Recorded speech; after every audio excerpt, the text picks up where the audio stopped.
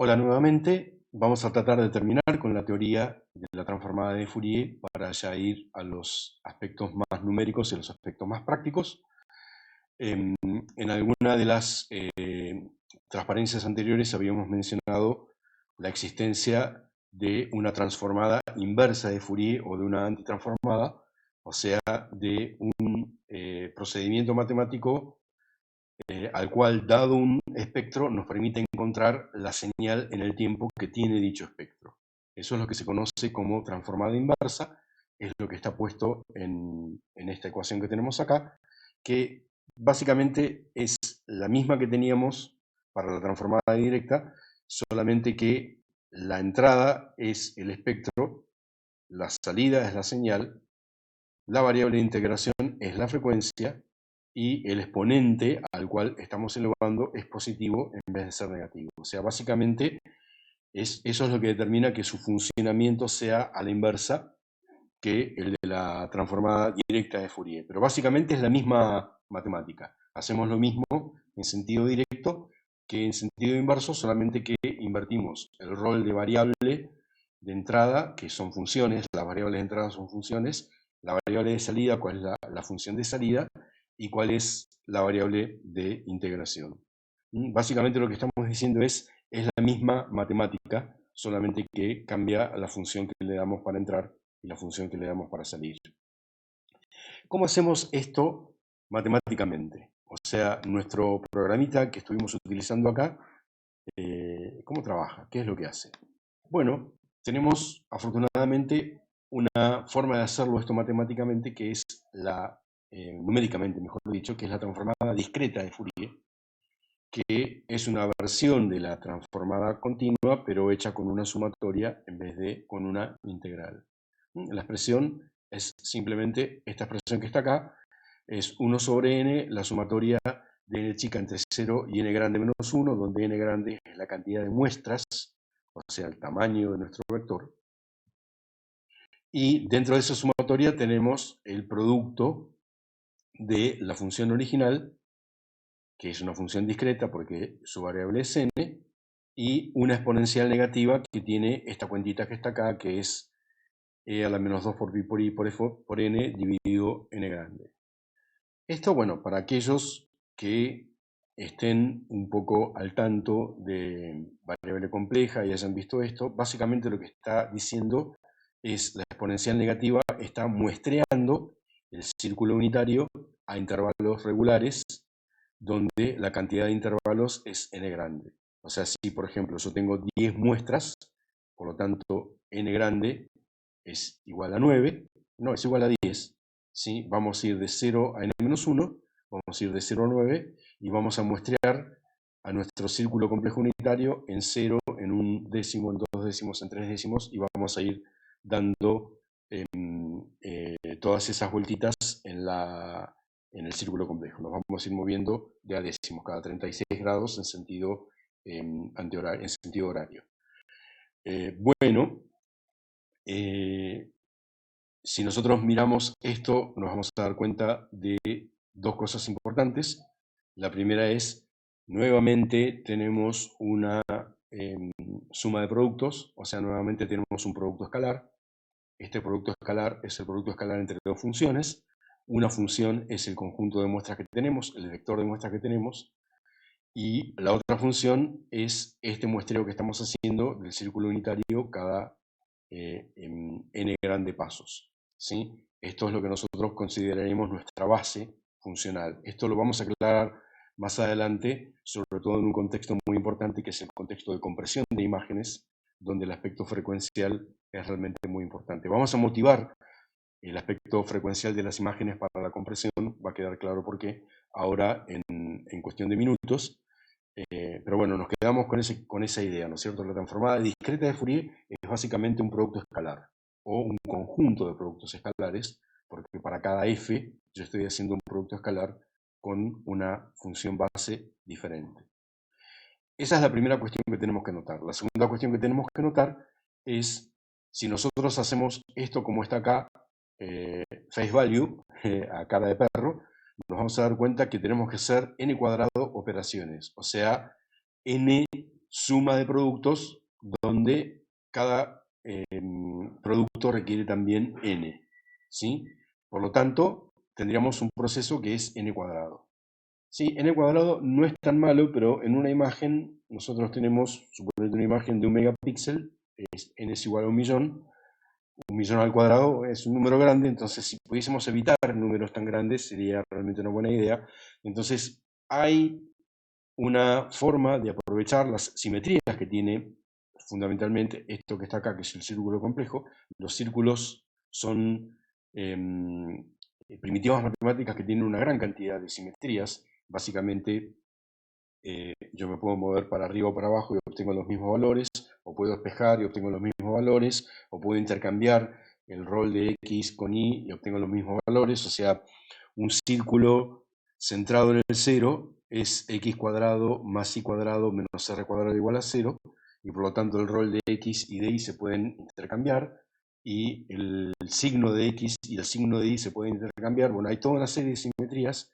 Aprovechando todas esas simetrías, aparece la llamada transformada rápida de Fourier, la FFT, que nos permite hacer en forma discreta la transformada de Fourier de una señal discreta con solamente n log n operaciones matemáticas.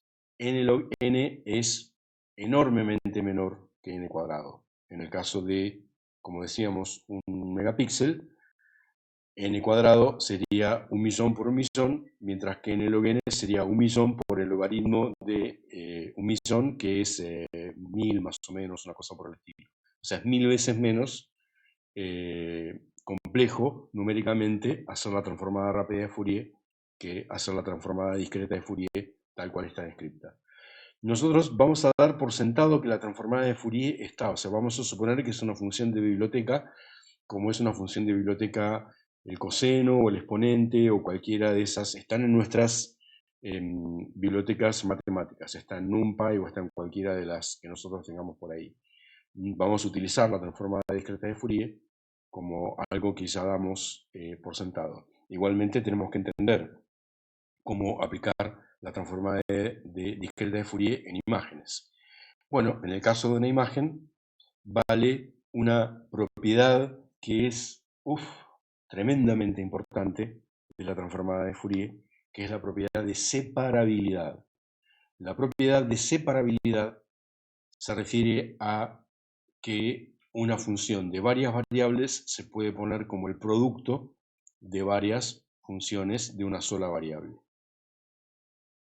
En particular, básicamente lo que nos dice es la transformada de Fourier 2D de una función 2D se puede pensar como el producto de la transformada de Fourier 1D por la transformada de Fourier en la otra D. ¿Sí? Esa es la propiedad de separabilidad, sin la cual, bueno, tendríamos que ver cómo hacerlo esto, pero afortunadamente lo tenemos. Entonces, simplemente la transformada discreta colapsa a esto que tenemos acá. Es de nuevo una suma de productos donde, bueno, nuestra función es una función bivariada, es nx, ni, donde nx será la columna y ni será la fila del píxel que estamos transformando. La exponencial negativa es el producto de lo que corresponde a cada una de las exponenciales negativas, pero como el producto de exponenciales es la exponencial a la suma de dos exponentes, directamente tengo una única exponencial sumando los exponentes, y bueno, hacemos la sumatoria por fila, hacemos la sumatoria por columna y aplicamos la escala que corresponde a la cantidad de filas y a la cantidad de columnas. Eso nos da una función transformada que tiene una frecuencia horizontal y una frecuencia vertical. O sea, la transformada de Fourier de una imagen, yo la puedo pensar que es una imagen. ¿Sí? Recibo una imagen de n por m, le aplico la transformada de Fourier y obtengo una matriz de n por m que yo la puedo visualizar como una imagen, asignándole una paleta de colores como vimos en el primer práctico. ¿Sí? Puedo aplicar una paleta nivel de gris, por ejemplo, de manera tal de que sea más brillante la parte del espectro de la imagen que tiene más energía y más oscura la parte del espectro de la imagen que tiene menos energía. Básicamente, recibo una imagen, le hago la transformada de Fourier y obtengo una imagen. Bueno, eso nos lleva a ejemplos como los que vamos a ver acá, ¿sí? Nuevamente, esto lo vamos a ver con más tranquilidad y vamos a tener otro utilitario, ¿sí? Pero bueno, básicamente lo que vemos acá es uno de los ejemplos más sencillos, que es un disco de un determinado radio en una imagen de 512 por 512. Eso me va a dar como transformada de Fourier una imagen, en realidad un vector, de 512 por 512, donde yo veré algo que en este caso parece un patrón lleno de anillos, pero que tiene un conjunto de imperfecciones que, bueno, medio me molestan. Después vamos a tratar de ver de qué se tratan esas imperfecciones. O sea, avanzamos ahora un poquitito con las filminas, luego cortamos y luego vamos al aplicativo y hacemos más experimentos. Ustedes toman nota de lo que vamos a ver acá en las filminas, toman nota de lo que ocurre con los experimentos y cuando tengamos nuestras clases de consulta propongan otros experimentos simplemente para asegurarse que lo que estamos diciendo es realmente así y que no estamos mostrando un aspecto puramente limitado. Bueno, entonces nosotros nos encontramos con esa posible transformada de Fourier y luego tenemos que empezar a interpretar qué es lo que estamos viendo cuando vemos la imagen de una transformada de Fourier. Entonces, esta imagen que tenemos acá intenta ser una cartografía de la transformada de Fourier de una imagen. Entonces, básicamente, nosotros tendríamos aquí el eje de las frecuencias horizontales y aquí el eje de las frecuencias verticales, ¿sí? Si nuestra imagen original era de n por m, esto tendrá n por m, ¿sí? Entonces, en el medio tendremos el eje de las frecuencias horizontales y en la columna central el eje de las frecuencias verticales. Entonces, cada píxel de la imagen, de la transformada de Fourier de una imagen, está representando energía armónica, está representando oscilaciones cosenoidales. El píxel central, que es frecuencia horizontal 0 y frecuencia vertical 0, está representando frecuencias ceros. Esto no debe llevarnos a sorpresa porque si miramos la formulación de la transformada de Fourier, tanto la de 2D como la de 1D, vamos a ver que cuando f grande es igual a 0, básicamente tenemos e a la 0, lo cual es igual a 1, y por lo tanto tenemos meramente el promedio de nuestro vector de muestras. Si e a la 0 es igual a 1, por lo tanto, en cada una de estas aparentes sumatorias, estamos simplemente multiplicando a f de n chica, desde 0 hasta n grande menos 1, lo estamos multiplicando por 1, y luego esa sumatoria la estamos dividiendo por n. Eso es el promedio, ¿sí? Básicamente estamos haciendo la media. Vale exactamente lo mismo en 2D. O sea, cuando la frecuencia horizontal es 0 y la frecuencia vertical es 0, el exponente se me hace 0, e a un exponente 0 es igual a 1, y simplemente estoy computando el nivel de gris de la imagen. El píxel central representa el nivel de gris de la imagen. Cuando yo me voy, por ejemplo, a frecuencia horizontal 1 y menos 1, de nuevo, asumiendo que mi imagen tiene solamente píxeles con valor real, que no tengo píxel imaginario, el valor de este píxel tiene que ser idéntico al valor de este píxel. Estos dos píxeles me están representando cuánta energía tiene la imagen a una oscilación horizontal por pantalla. O sea, cuánta parte de nuestra imagen se puede representar como serie de Fourier, como lo vimos en los videos anteriores, como una oscilación que va de negro a blanco en una pantalla o de blanco a negro. Por eso lo tenemos puesto acá como si fuese de negro a blanco en el píxel que está a la izquierda del 0, 0, o de blanco a negro en el otro píxel. Si me voy al segundo a la izquierda o al segundo a la derecha, ¿cuánta energía tengo a dos oscilaciones por pantalla? Al tercero, ¿cuánta energía? Tres oscilaciones horizontales por pantalla. El píxel de arriba y el píxel de abajo, no es ninguna sorpresa, ¿cuánta energía tengo a una oscilación vertical por pantalla? Dos para arriba y dos para abajo, ¿cuánta energía tengo a dos oscilaciones verticales por pantalla? Etcétera, etcétera.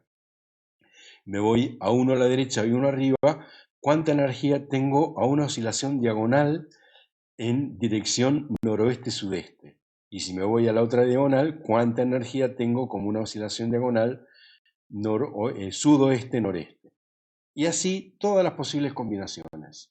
¿Sí? Básicamente lo que nos está diciendo esta cartografía es en cada momento donde yo en la transformada de Fourier de una imagen tengo un píxel que es muy brillante, ese píxel está determinando la existencia de una frecuencia armónica con una determinada orientación que yo puedo determinar. Cuanto más lejos está del cero, más alta es la frecuencia. Y de acuerdo a donde ocurra, será su orientación. Fíjense que las orientaciones horizontales aparecen en esta línea horizontal y las frecuencias verticales aparecen en esta línea vertical. Por lo tanto, voy a tener como una especie de dualidad, pero en este caso 90 grados. O sea, cuando yo tengo muchas barras verticales, voy a tener en la transformada de Fourier energía horizontal, y cuando tengo muchas barras horizontales, voy a tener en la transformada de Fourier mucha energía vertical. Y eso rota y se mantiene acoplado, rotando a 90 grados entre sí. Bueno, no solamente tengo esa propiedad, sino que luego puedo darme una idea de cómo es el tema del periodo y de la amplitud simplemente contando, tal cual nos dice acá. Bueno, la orientación viene dada simplemente tratando de ubicar el ángulo al cual está cada una de esas oscilaciones, y eso me va a aparecer en una determinada parte de la transformada de Fourier, y yo entonces puedo ahora pensar en una situación como esta que yo tengo acá, ¿no es cierto? Si yo tengo una imagen que tiene solamente una oscilación horizontal por pantalla, empieza en 1, baja a 0 y luego termina en 1, su transformada de Fourier será esto que yo tengo acá. Si tengo una oscilación vertical, si tengo una oscilación diagonal a 45 grados, bueno, todos los ejemplos que ustedes van a encontrar y lo pueden ver con tranquilidad en las filminas que les estoy dejando. El principio de superposición nos determina una situación como esta. Si esta imagen tiene esta transformada de Fourier, esta imagen tiene esta transformada de Fourier, y esta imagen tiene esta transformada de Fourier, la suma de estas tres, que sería esta imagen, tendrá como transformada de Fourier la suma de estas tres, que es esta transformada de Fourier. Ese es el principio de superposición. Y esto, bueno, es realmente, insisto, muy importante porque como el ejemplo que vimos donde teníamos muchas senoidales con ruido y ese tipo de cuestiones, nos lleva a una habilidad y a una competencia muy importante, que es mirar el espectro de una imagen y tratar de interpretar qué es lo que hay en esa imagen, tratar de interpretar cuál es la parte de esa imagen que tiene información y cuál es la parte de esa imagen que tiene ruido, y obviamente ver un mecanismo, ver una manera que nos permita eliminar el ruido y quedarnos solamente con la información. Eso es exactamente lo que nosotros queremos con el procesamiento espectral de imágenes. Entonces vamos a ver algunos elementos muy importantes a la hora de entender la transformada de Fourier de una imagen. Esto, insisto, puede ser algo conocido para muchos de ustedes y nuevo para otras personas. Algunas funciones que tienen una transformada de Fourier conocida, por ejemplo, el pulso de ancho t o ancho t sobre pi, es una función que es el seno de pi por x dividido x, o el seno de pi por t dividido t, que se conoce como función sinc, ¿sí? Básicamente es una senoidal que se va atenuando cuando nos vamos a frecuencia cero o a frecuencia infinito. Bueno, lo interesante con el sinc y el pulso es que son duales, o sea, la transformada de Fourier del pulso es el sinc y la transformada de Fourier del sinc es el pulso. Esta función es extremadamente útil y extremadamente frecuente y lo vamos a utilizar muchas veces. Y bueno, nos permite interpretar cosas que habíamos estado viendo. O sea, por ejemplo, recién cuando vimos la transformada de Fourier del círculo, que sería una función como esta, bueno, nos podemos imaginar que su transformada de Fourier será como una especie de sombrero mexicano como el que vemos acá. Básicamente, ¿por qué? Porque el disco yo lo puedo pensar como un pulso de revolución, o sea, puedo pensar que un círculo lleno en la imagen, es como que tomo un pulso, es como que tomo esta función que está acá, ¿sí? La coloco en el 0 y la hago rotar, entonces obtengo un pulso de revolución. Eso sería el disco. Y lo que voy a obtener va a ser una sinc de revolución, o sea, tomo esa función que tiene esas onditas que se van atenuando y la hago rotar alrededor del 0, 0 y obtengo el sinc de revolución. Claramente con una simetría, cuanto más grande es el pulso o más diámetro tiene el disco, más apretados están los círculos alrededor del círculo central en el zinc y viceversa. Eso, bueno, nos lleva a tratar de entender por qué se veía como se veía esta transformada que nosotros pusimos hoy hace un rato.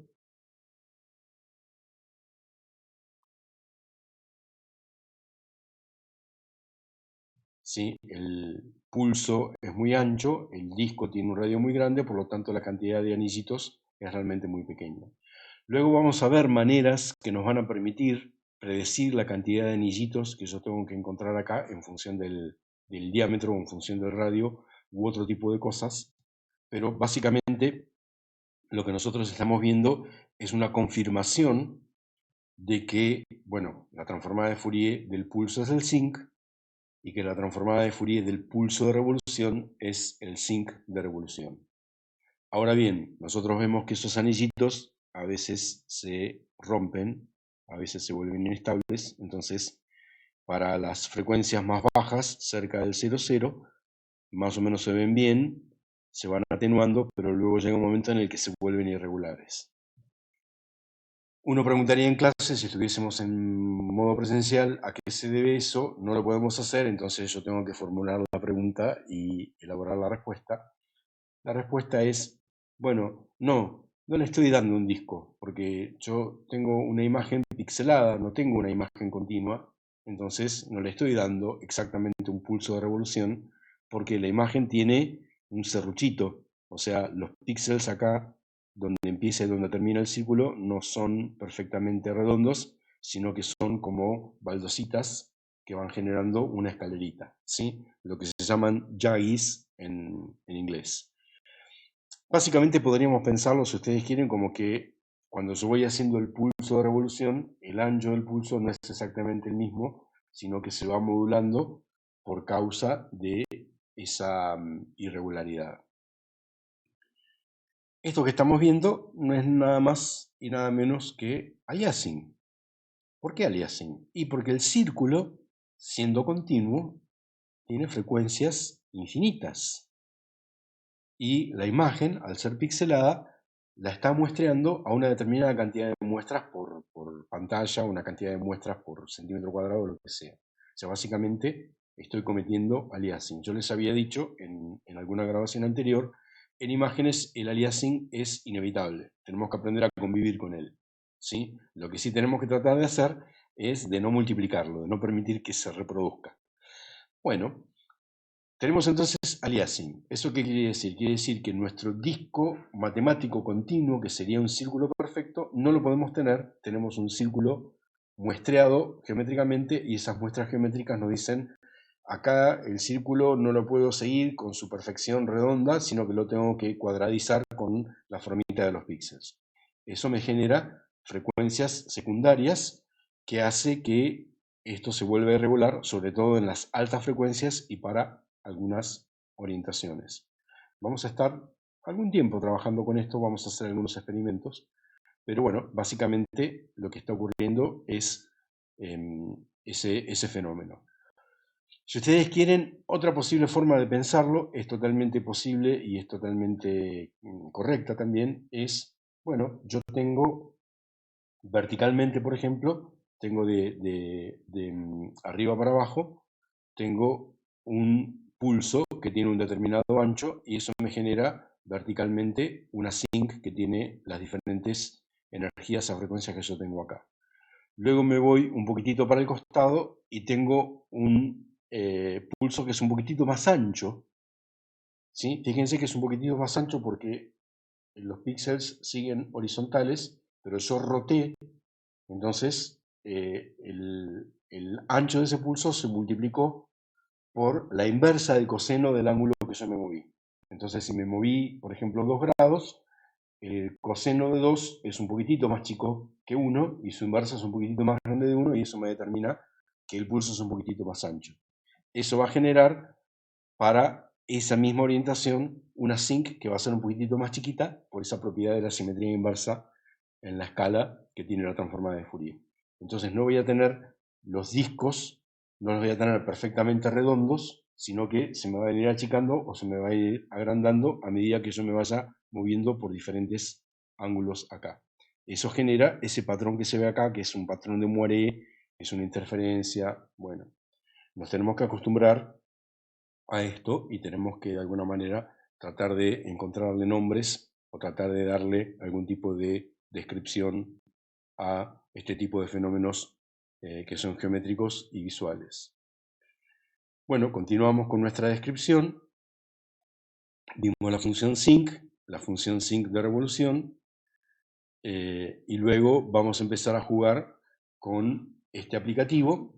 Vamos a ver qué es lo que pasa con un disco más pequeño, con un disco más grande.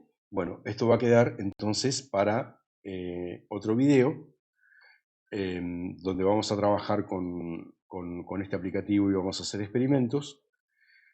Luego vamos a hacer otra representación que es la del producto de funciones. O sea, yo puedo pensar que un rectángulo es el producto de un pulso horizontal por un pulso vertical, y por lo tanto su transformada de Fourier va a ser el producto de una sinc horizontal por una sinc vertical, lo cual tiene aproximadamente esta forma que está acá, que estamos viendo en esta parte de la pantalla. O bien, cuando la visualizamos con nivel de gris, lo que se termina viendo es una representación como la que estamos viendo acá. Más pequeño el cuadrado o el rectángulo, más grande es su zona central y más grandes son las partes en las cuales hay energía hacia arriba y abajo y hacia la izquierda y a la derecha. Cuando el rectángulo tiene un tamaño diferente, bueno, empezamos a ver que esa forma que tenemos es diferente también. Bueno, básicamente nosotros ya sabemos lo que está pasando acá. Si el rectángulo es más ancho, eso quiere decir que la sinc horizontal va a ser más estrecha, y si el rectángulo es más petizo, tiene menos altura, eso quiere decir que la sinc vertical va a estar más estirada. Básicamente tenemos esa simetría de 90 grados de la que estábamos hablando, que es, si el rectángulo es más ancho que alto, su transformada de Fourier tendrá una zona central rectangular que va a ser más alta que ancha, y viceversa. Y obviamente si este rectángulo lo vamos rotando para diferentes ángulos, la transformada de Fourier va a ser eso que estamos viendo rotado diferentes ángulos. Esto también nos permite imaginarnos cómo va a ser en el límite la transformada de Fourier de una línea recta. En el límite, la transformada de Fourier de una línea recta es un rectángulo infinitamente ancho e infinitesimalmente alto, lo cual va a tener como transformada de Fourier una línea infinitamente alta e infinitesimalmente delgada, o sea, una línea recta a 90 grados. ¿Sí? Seguimos teniendo esa simetría que nosotros queremos. En la transformada de Fourier de una imagen nos vamos a encontrar con esta situación típicamente. O sea, le damos una foto cualquiera y normalmente con lo que nos encontramos es con una especie de vía láctea central en la cual tenemos una nube de píxeles que están desparramados alrededor del 0,0 conformando este tipo de disposiciones. Esto es totalmente aleatorio, es imposible hacer sentido de lo que se ve. Y a veces tenemos estas rayas horizontal y vertical que, bueno, en realidad la explicación de esto es complicada, pero es importante darla. El hecho concreto es, nosotros decimos, la transformada de Fourier de esta imagen, perdón, la transformada de Fourier de esta imagen es esta imagen que está acá, pero en realidad estamos hablando de una manera un poco desprolija, porque en realidad nosotros no tenemos esta imagen y no tenemos esta transformada de Fourier, sino que estamos suponiendo que esto que está acá es infinito y periódico, y que esto que está acá es infinito y periódico. ¿Sí? Para aquellos que recuerden un poquitito más acerca de las propiedades de la transformada de Fourier, recordemos que la transformada de Fourier de una señal discreta es periódica y la transformada de Fourier de una señal periódica es discreta. Entonces, si esto que tengo acá es discreto, esto tiene que ser periódico, y si esto que tengo acá es discreto, esto que tengo acá tiene que ser periódico, y por lo tanto ambas son discretas y periódicas. ¿Qué quiere decir que esto sea periódico? Quiere decir que yo en realidad no le estoy dando a mi biblioteca numérica esta señal para que me haga la transformada de Fourier, sino que implícitamente le estoy dando un espacio plano infinito poblado por baldositas que tienen a esta imagen. O sea, ustedes imagínense por un momento, después lo vamos a ver más adelante cuando veamos compresión, vamos a ver ejemplos más concretos, pero nosotros nos tenemos que imaginar que tenemos copias infinitas, periódicas, de esta imagen que está acá, como si fuesen baldositas que están puestas en una pared que es infinita. Entonces, de eso, la transformada de Fourier es una pared infinita que está embaldosada con baldositas que tienen la formita que está acá. Bueno, entonces, cuando yo pego a esta imagen con una copia idéntica que está al lado, lo que veo es, hay cada tanto, por ejemplo en esta región, cuando yo pego esta parte con esta parte, hay como un escalón, paso de píxeles blancos a negros y viceversa. Eso me va a generar frecuencias horizontales que se representan en esta línea. Pero sobre todo, más que nada en esta imagen, la parte de arriba es totalmente blanca, la parte de abajo está un poquitito más oscura, entonces en toda la imagen tengo escalones que van de valores oscuros a valores brillantes y por lo tanto en toda la imagen tengo mucha frecuencia vertical pura por el hecho de que la parte de abajo es muy oscura y la parte de arriba es muy brillante, por lo tanto tengo una raya vertical bastante frecuente. Esto nos ocurre en general en casi todas las imágenes fotográficas. Bueno, en una imagen como esta que tenemos acá, lo que tenemos es un espectro en el cual tengo esa famosa nube de puntos, tengo la raya horizontal, la raya vertical, pero tengo también puntos que tienen mucha energía. Esos puntos, si nosotros los miramos y los analizamos, vamos a darnos cuenta inmediatamente que se corresponden con esta interferencia diagonal que tenemos acá, que es algo que se metió para aquellos que hagan astronomía satelital o bajen imágenes de los satélites meteorológicos o lo que sea. Esto es muy común. Cuando estamos bajando la imagen se nos mete una interferencia de ondas de radio, esa interferencia genera un alias y ese alias muchas veces tiene la forma de estas líneas diagonales que tenemos acá. Bueno, acá si nosotros detectamos estos impulsos de energía que nosotros no queremos, podemos hacerlo cero, o sea, podemos buscar alguna manera de identificar esas frecuencias y volverlas cero, y luego hacemos la transformada inversa del espectro para el cual hemos hecho cero esas energías y obtenemos la imagen original y nos hemos deshecho de la interferencia y podemos ver la imagen original con toda tranquilidad.